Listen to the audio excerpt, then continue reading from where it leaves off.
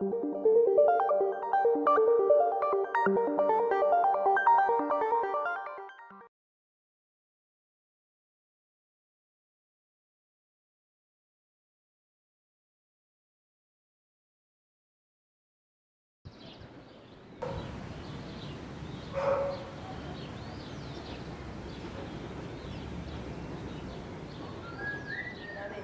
ser humano sin un animal es incompleto.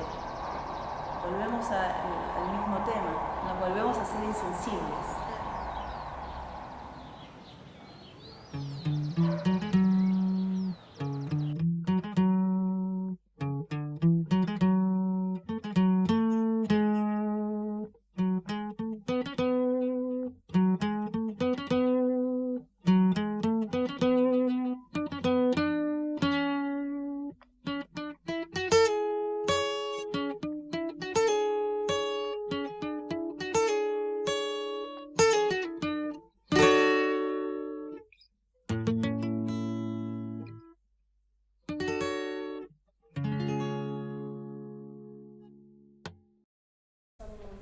¿Quién sos?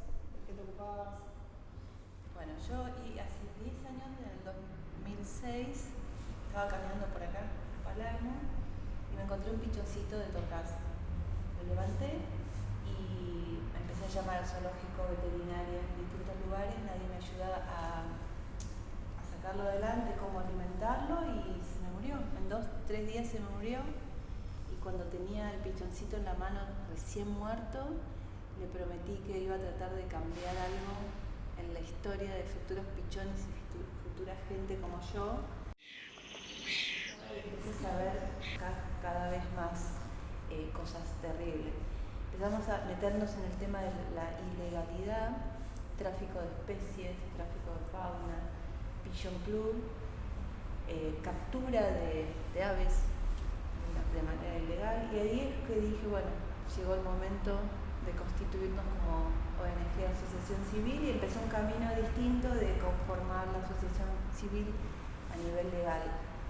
Para darles una idea, ahora tenemos 4 refugitos, que yo le digo, en Capital Federal, que son en nuestros domicilios que hemos armado. Por ejemplo, yo en una terraza hice un gran jaulón donde puedan vivir aves discapacitadas o aves que se reinsertan a la libertad. Después hay otro lugar como de enfermería o de primeros auxilios o de cuarentena, donde entra, por ejemplo, hoy una gallareta, un pato, una golondrina, entonces pasa por ahí en observación. Tenemos 2 veterinarios consultores que los llamamos o los llevamos o estamos permanentemente en contacto. Ellos nos guían la parte médica, tenemos una bióloga en el equipo, abogados, gestores ambientales.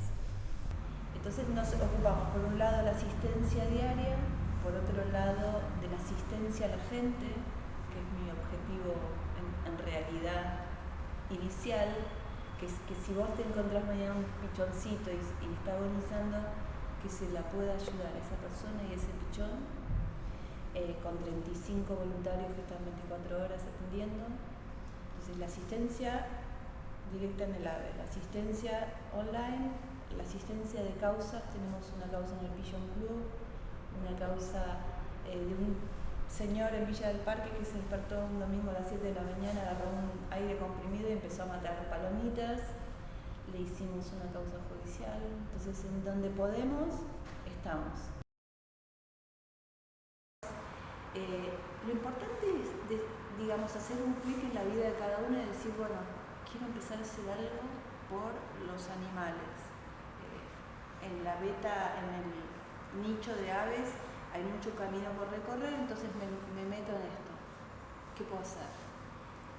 Desde confección de proyectos, criar un pichoncito, comprar comida, comprar medicamentos, asociarse. Hay muchas maneras de colaborar.